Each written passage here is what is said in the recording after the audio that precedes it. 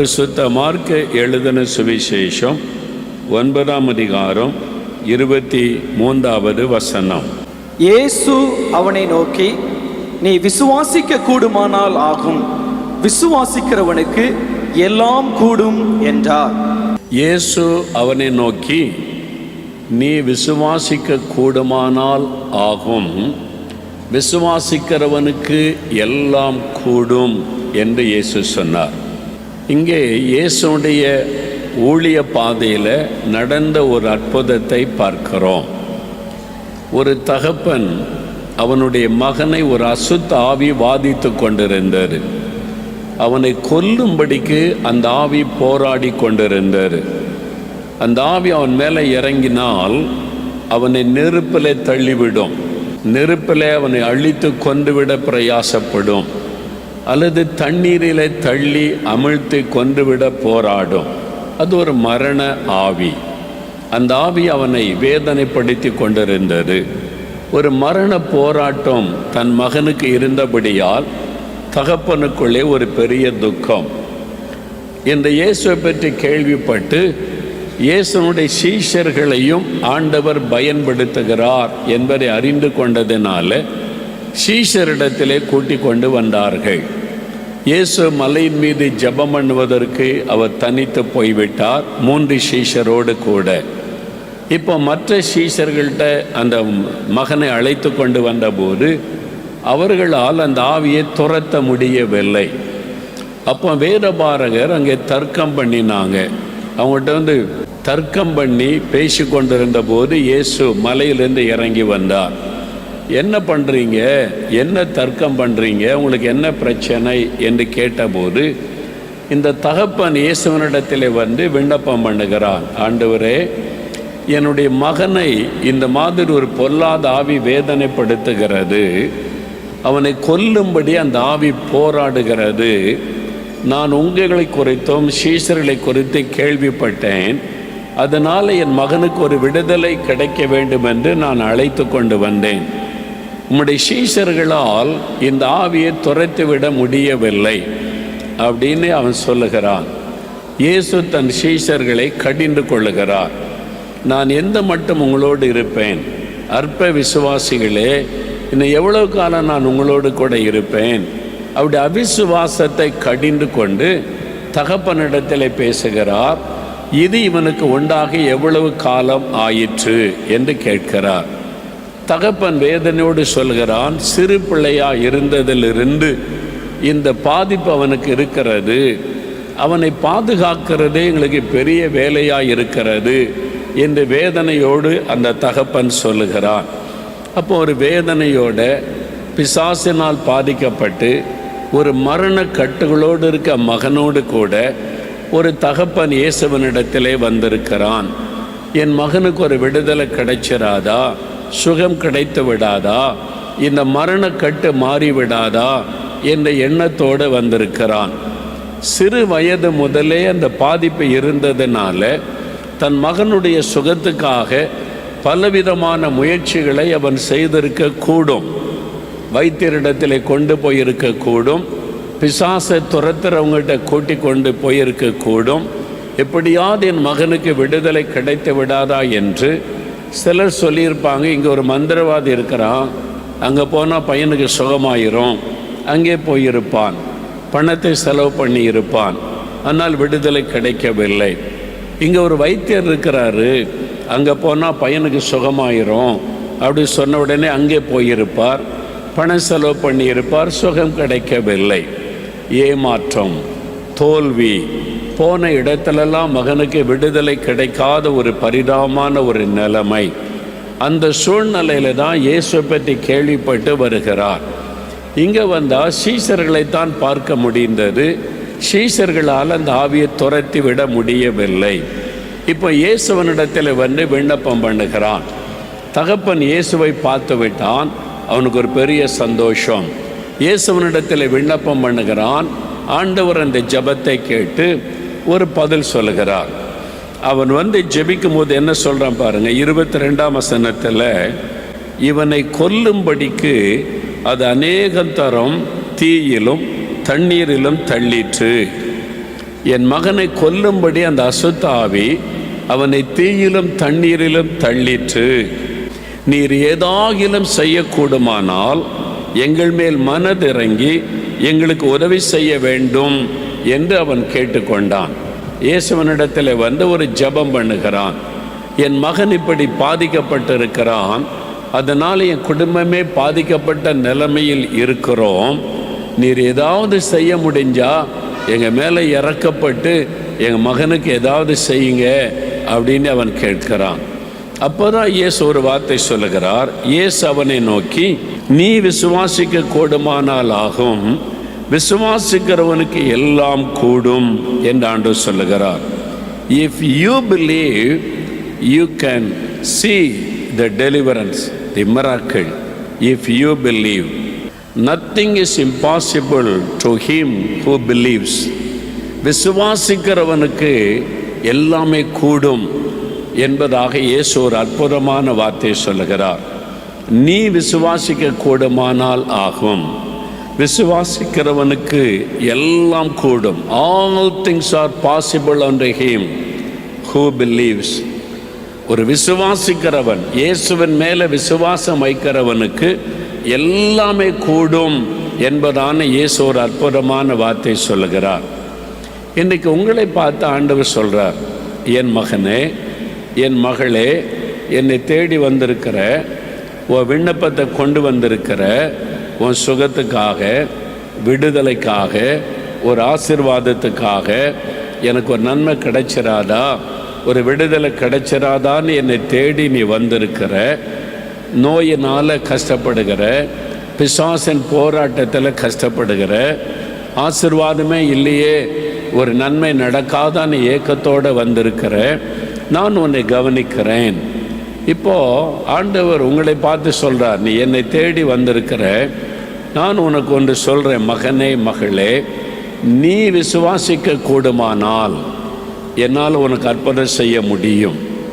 நான் உனக்கு விடுதலை கொடுக்க முடியும், உனக்கு சுகம் கொடுக்க முடியும், நான் உன்னை ஆசீர்வதிக்க முடியும், எந்த இக்கட்டிலிருந்து உனக்கு விடுதலை கொடுக்க என்னாலே முடியும். ஆனால் நீ விசுவாசிக்கணும். நீ விசுவாசித்தால் தான் இந்த அற்புதத்தை காண முடியும் என்பதாக இயேசு உங்களுக்கு சொல்லுகிறார். இல்லையே, மோகன்லால் சிஸ்டர் போய் ஜெபிச்சா எல்லாம் சரியான்னு சொன்னாங்களே, அப்படி தானே நான் கேள்விப்பட்டு வந்தேன். நாலு மாடிக்கு போனால் எல்லாம் சரியாயிருன்னு சொன்னாங்க. மோகன்லால் சிஸ்டர் ஊழியக்காரர் இருக்கார், அவர்கிட்ட போனால் எல்லாம் அற்புதம் நடந்துன்னுலாம் சொன்னாங்க அப்படின்னு சொன்னால், இயேசு அப்படி சொல்லலையே. நீ நாலு மாடிக்கு வந்தால் பிரச்சனைலாம் தீர்ந்துருன்னு இயேசு சொல்லலையே. மோகன்லாசர்கிட்ட போனால் உனக்கு அற்புதம் நடந்துருன்னு இயேசு சொல்லலையே. மோகன்லாசர்ஸ் அற்புதம் செய்ய முடியாது. நீங்கள் நாலு மாடிக்கு வந்தாலும், தேவனுடைய கூடாரத்துக்கு வந்தாலும், மோகன்லாசரஸை சந்தித்து நீங்கள் ஜெபித்தாலும், இந்த அற்புதம் உங்களுக்கு நடக்க வேண்டுமானால் நீங்கள் விசுவாசிக்க வேண்டும். ஆண்டவர், இஃப் யூ பிலீவ், நீ விசுவாசித்தால், அந்த விசுவாசம் எப்படி இருக்கணும்? மோகன்லாசர்ஸ் மீது அல்ல, மனிதர்கள் மீது நம்பிக்கை வைக்கக்கூடாது, இயேசு கிறிஸ்துவின் மீது. இயேசுதான் எனக்கு அற்புதம் செய்ய முடியும், இயேசுதான் எனக்கு விடுதலை கொடுக்க முடியும், இயேசுதான் என்னை ஆசீர்வதிக்க முடியும் என்று அவர் மேலே நீங்கள் விசுவாசம் வைத்தால் ஆண்டவர் உங்களுக்கு அற்புதம் செய்வேன் என்று வாக்கு கொடுக்கிறார். அப்போ தான் ஆண்டவர் சொல்ல, நீ விசுவாசிக்க கூடுமானால் ஆகும். விசுவாசிக்கிறவனுக்கு எல்லாம் கூடும். இல்லைங்க, இது தீர்க்க முடியாத பிரச்சனைன்னு சொல்கிறாங்க. கேன்சர் வியாதி 4th ஸ்டேஜ் ஆயிற்று, இனிமேல் காப்பாற்ற முடியாதுன்னு சொல்கிறாங்க. அது மருத்துவர்கள் இருக்கிற நிலைமை அப்படியே சொல்லுவாங்க, தப்பு கிடையாது. அவங்களுடைய சரீரத்தில் இருக்கிற சூழ்நிலையை சொல்லுவாங்க. ஆனால் உங்களுடைய சரீரத்தை சிருஷ்டித்த தேவன் இயற்கைக்கு மேற்பட்ட அற்புதம் செய்ய வல்லமை உள்ளவர். மனிதர்கள் முடியாதுன்னு சொல்கிற காரியத்தை அவரால் முடியும் என்று சொல்லுவார். மனிதர்கள் சுகமே ஆகாதுன்னு சொல்கிற காரியத்தில் என்னால் சுகமாக்க முடியும் என்று ஆண்டவர் சொல்லுவார். இனிமேல் உங்களுக்கு குழந்தை பெற வாய்ப்பே இல்லை அப்படின்னு மருத்துவம் சொல்லும். இயேசு சொல்லுவார், நான் உன்னை ஆசீர்வதிக்க முடியும். அது எப்படி பெற்றுக்கொள்வது? விசுவாசம், பை ஃபெய்த். உங்களுக்குள்ள இருக்கிற விசுவாசத்தை கொண்டு தான் நீங்கள் அற்புதத்தை பெற முடியும். இயேசு இந்த இடத்துல சொல்லுகிறார், தகப்பனை பார்த்து, நீ என்னை தேடி வந்துட்ட, நீ வந்து என்னை நோக்கி ஜெபம் பண்ணிட்ட, நான் உனக்கு அற்புதம் செய்ய ஆயத்தம், உன் மகனுக்கு சுகம் கொடுக்க ஆயத்தம். ஆனால் நீ விசுவாசிக்கணும். நீ விசுவாசிக்கிறியா? நீ விசுவாசித்தால் தான் அற்புதம் நடக்க முடியும் என்று ஆண்டவர் சொல்லுகிறார். இந்த விசுவாசம் கிறிஸ்தவ வாழ்க்கையின் அடிப்படை, அதுதான் அஸ்திபாரம். விசுவாசம்தான் கிறிஸ்தவ வாழ்க்கையினுடைய அஸ்திபாரம் என்பதை மறந்துடக்கூடாது. எபிரேயர் 11ஆம் அதிகாரம் 6ஆம் வசனத்தில் ஆண்டவருடைய வார்த்தை என்ன சொல்லுது பாருங்க.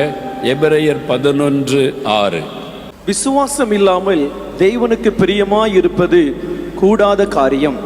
ஏனென்றால் தேவனிடத்தில் சேருகிறவன் அவர் உண்டென்றும் அவர் தம்மை தேடுகிறவர்களுக்கு பலன் அளிக்கிறவர் என்றும் விசுவாசிக்க வேண்டும். விசுவாசம் இல்லாமல் தேவனுக்கு பிரியமாயிருப்பது கூடாத காரியம். You cannot please God without faith. விசுவாசம் இல்லாதபடி தேவனை உங்களால் பிரியப்படுத்த முடியாது என்று வசனம் சொல்லுகிறார்.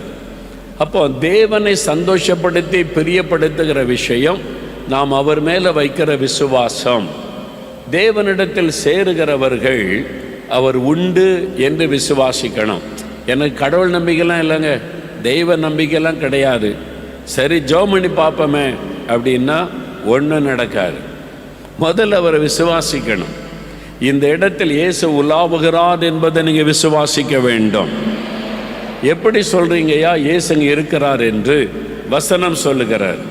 இயேசு சொன்னார், எங்கே 2 பேர் அல்லது 3 பேர் என் நாமத்தினால் கூடினாலும் அங்கே அவர்கள் மத்தியிலே நான் இருக்கிறேன் என்று இயேசு சொல்லி இருக்கிறார். நம்ம இயேசுவின் நாமத்தில் கூடி வந்திருக்கிறதுனால இப்போ இந்த இடத்தில் இயேசு இருக்கிறார். அற்புதம் செய்கிற இயேசு உங்க பக்கத்தில் தான் இருக்கிறாரு. விடுதலை கொடுக்கிற இயேசு உங்க பக்கத்தில் தான் உலாவி கொண்டிருக்கிறார். சுகம் கொடுக்கிற இயேசு இங்கு தான் உலாவி கொண்டிருக்கிறார். காரணம் வசனம் சொல்லுகிறார், இயேசுவே சொல்லுகிறார், என் நாமத்தினாலே 2 பேர் 3 பேர் கூடி வந்தாலே நான் அங்கே இருக்கிறேன். அவர் வாக்கு கொடுத்தபடி இங்கே தான் அவர் இருக்கிறார், அற்புதம் செய்கிற ஆண்டவர். சரி, இந்த அற்புதத்தை எப்படி பெற்றுக்கொள்வது? விசுவாசத்தினாலே. விசுவாசம் இல்லாமல் ஆண்டவரிடத்திலிருந்து அற்புதத்தை பெற முடியாது. அப்போ முதலாவது அவர் உண்டு என்பதை விசுவாசிக்கணும். அவரை நோக்கி நாம் வேண்டிக் கொள்ளும் போது பதில் தருகிறார், அற்புதம் செய்கிறார் என்பதை விசுவாசிக்க வேண்டும். அப்படி நீங்கள் விசுவாசிக்கும் போதுதான் பெற்றுக்கொள்ள முடியும் என்று வேதம் சொல்லுகிறாரு. மத்தேயு 9ஆம் அதிகாரம் 28வது வசனத்தை வாசிக்கும் போது 2 குருடர்கள் இயேசுவை நோக்கி கூப்பிடுறாங்க, தாவீதின் குமாரனே எங்களுக்கு இறங்கும் என்று 2 குருடர்கள் இயேசு தெருவழியாக நடந்து போகும்போது அவர் இயேசு என்பதை அறிந்தவுடனே அவரை நோக்கி கூப்பிடுகிறார்கள். அவர்களுக்கு கண் பார்வை வேண்டும், அவங்க கண்ணில் ஒரு அற்புதம் நடக்க வேண்டும். அதற்காக இயேசுவை கூப்பிடுகிறார்கள். இயேசு அமைதியாக போய்கொண்டே இருக்கிறார். அவர்கள் விடவில்லை, தொடர்ந்து போகிறாங்க. இயேசு ஒரு வீட்டிற்குள்ளே போன போது அங்கே வந்துட்டாங்க. அப்போ இயேசு அவர்களை பார்த்து ஒரு வார்த்தை கேட்கிறார். என்ன கேட்கிறார் பாருங்க. மத்தேயு 9ஆம் அதிகாரம் 28வது வசனம். அவர் வீட்டிற்கு வந்த பின்பு அந்த குருடர் அவரிடத்தில் வந்தார்கள். இயேசு அவர்களை நோக்கி, இதை செய்ய எனக்கு வல்லமை உண்டென்று விசுவாசிக்கிறீர்களா என்று கேட்டார். அதற்கு அவர்கள், ஆம் விசுவாசிக்கிறோம் ஆண்டவரே என்றார்கள். இப்போ 2 குருடர்கள் இயேசு முன்னால் வந்து நிற்கிறாங்க. இயேசு அவளை பார்த்து கேட்கிறார், இதை செய்ய என்னிடத்தில் வல்லமை உண்டென்று விசுவாசிக்கிறீர்களா? அவங்கள பார்த்து கேட்குறார், எனக்கு நோக்கி கூப்பிட்டீங்க, கண் பார்வை வேணும், என் கண்கள் திறக்கப்படணும்னு என்னை நோக்கி கூப்பிட்டீங்களே, இதை செய்ய என்னிடத்தில் வல்லமை உண்டென்று விசுவாசிக்கிறீங்களா அப்படின்னு ஆண்டவர் கேட்டார். அவங்க சொன்னாங்க, ஆம் ஆண்டவரே நாங்கள் விசுவாசிக்கிறோம். அப்போ இயேசு சொன்னார், நீங்கள் விசுவாசித்தபடி உங்களுக்கு ஆக கடவது. சொன்ன உடனே உங்கள் பார்வை அடைந்தார்கள் என்று வசனம் சொல்லுகிறார். இப்போ இயேசு உங்களை பார்த்து கேட்கிறார், என் மகனை என்னை தேடி வந்திருக்கிறல்ல, கேன்சர் சுகமாகணும், கிட்னி சுகமாகணும், ஹார்ட்டு சுகமாகணும், இந்த வியாதி மாறணும், ஒரு விடுதலை எனக்கு வேணும், என் கடன் பிரச்சனை மாறணும், என் வீட்டில் ஒரு அற்புதம் நடக்கணும் அப்படின்னு வந்திருக்கிறல்ல, இந்த அற்புதத்தை செய்ய என்னிடத்தில் வல்லமை உண்டென்று நீ விசுவாசிக்கிறியா அப்படின்னு ஆண்டவர் கேட்கிறார். உங்களை பார்த்து கேட்கிறார், என் மகளே, கற்பத்தின் ஆசீர்வாதம் வேணும் நீ வந்திருக்கிற, இந்த வியாதி சுகமாக நீ வந்திருக்கிற, இதை செய்ய என்னிடத்தில் வல்லமை உண்டென்று நீ விசுவாசிக்கிறியா அப்படின்னு ஆண்டவர் கேட்கிறார். நீங்கள் சொல்கிற பதிலை வைத்து தான் அவர் அற்புதம் செய்வார். என்ன சொல்ல போகிறீங்க? ஆண்டவர் கவனிக்கிறார். இந்த 2 கண் தெரியாதவர்கள் கூப்பிட்ட உடனே இயேசு பார்க்கிறார், என்ன பதில் சொல்ல போகிறாங்க. அவங்க சொல்கிறாங்க, முதல்ல எனக்கு ஒரு அற்புதம் செய்யுங்க, நான் உங்களை விசுவாசிக்கிறேன். இன்றைக்கி நிறைய பேர் அப்படி தான் சொல்கிறோம். ஐயா, இயேசு உங்களுக்கு சுகம் கொடுப்பா, நீ விசுவாசிக்கிறீங்களா அப்படின்னு கேட்டால், இயேசு எனக்கு சுகம் கொடுத்துட்டா நான் அவரையே நம்புகிறேங்க, இயேசு எனக்கு சுகம் கொடுத்துட்டா நான் அவரை விசுவாசிக்கிறேன், அப்படி சொல்கிறவங்க நிறைய பேர். ஆனால் இயேசு என்ன எதிர்பார்க்கிறார்? நீ விசுவாசித்தால் தான் அற்புதம் செய்ய முடியும். நீ முதலாவது விசுவாசிக்கணும், 2வது தான் அற்புதம். அற்புதம் நடந்த பிறகு நீ என்ன விசுவாசிக்கணும்? எனக்கு ஒரு அற்புதம் நடந்துட்டால் நான் விசுவாசிக்கிறேன், எனக்கு சுகம் கிடைத்து விட்டால் விசுவாசிக்கிறேன், ஆண்டவர் இந்த அற்புதத்தை செய்து விட்டால் அவரை விசுவாசிக்கிறேன். அது அர்த்தமற்ற ஒரு காரியம். முதலாவது ஆண்டவர் சொல்கிறாரு, நீ விசுவாசித்தால் உனக்கு அற்புதம் நடக்கும், நீ விசுவாசித்தால் நான் உனக்கு அற்புதம் செய்வேன். அதான் ஆண்டவர் சொல்லுகிறார். அப்போ ஆண்டவர் கேட்கிறார், நீ விசுவாசிக்கிறாயா, நீ விசுவாசிக்கிறியா அப்படின்னு கேட்கிறார். இந்த 2 பேரும் சொல்கிறாங்க, விசுவாசிக்கிறோம் ஆண்டவரே. இப்போ உங்களை பார்த்து ஆண்டவர் கேட்குறார், விசுவாசிக்கிறியா? நீங்கள் என்ன பதில் சொல்ல போகிறீங்க? சத்தமாக சொல்லுங்க பாப்போம். விசுவாசிக்கிறோம், விசுவாசிக்கிறேன்.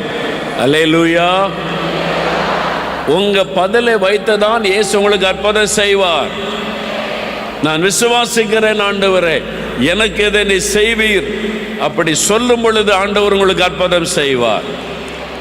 அப்போ உங்களுடைய விசுவாசத்தை தான் அவர் எதிர்பார்க்கிறார். வேத புஸ்தகத்தில் நிறைய அற்புதங்களை பார்க்கிறோம். எல்லாமே பார்த்தீங்கன்னா விசுவாசத்தினால தான் அவங்க பெற்றுக்கொண்டாங்க.